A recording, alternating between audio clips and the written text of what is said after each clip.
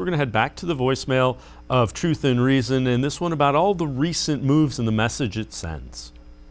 Hi, yes, my name is Jerry. I am a lifelong Browns fan, and I just have a question that is kind of puzzling to me. Isn't getting rid of a good guy like Jarvis Landry and then pursuing a guy that's got all the trouble past like Deshaun Watson sending the wrong message about our organization?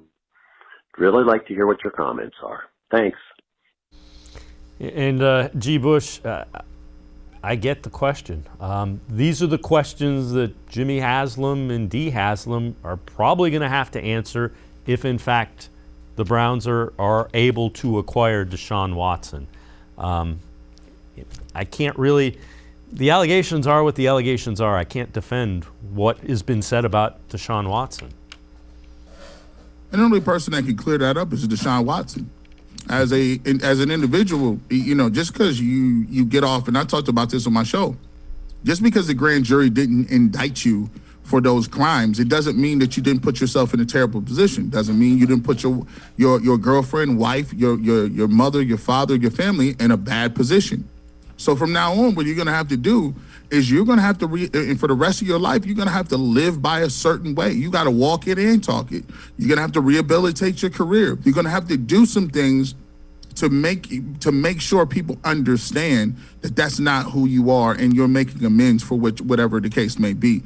So, you know, we can't change that. The only person that can change that is Deshaun Watson. I will also, on the other end, say we, as in a society, have to give people an opportunity to do that, right?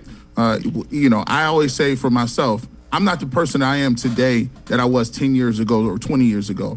If you go back and check me out as a young kid in college, you know, I wouldn't be hireable. I wouldn't be on shows. I wouldn't be, because I didn't have the maturity level. I hadn't been gone through anything. So we got to all also understand in our society, yes, people do make mistakes, and yes, some of those mistakes are grave, and it changes people's lives forever. But as a society, we have to then give people an opportunity to make amends for those said transgressions. And I think Deshaun Watson and his team need to, you know, be conscious of that. And Dee and Jimmy Haslam need to understand and put some sort of parameters in front of him to say, these are the terms in which we want to welcome you into our organization, the same way they did Kareem Hunt. And Kareem Hunt has been a model citizen since then. And I think it just shows people can change from doing things that they are really gravely sorry about.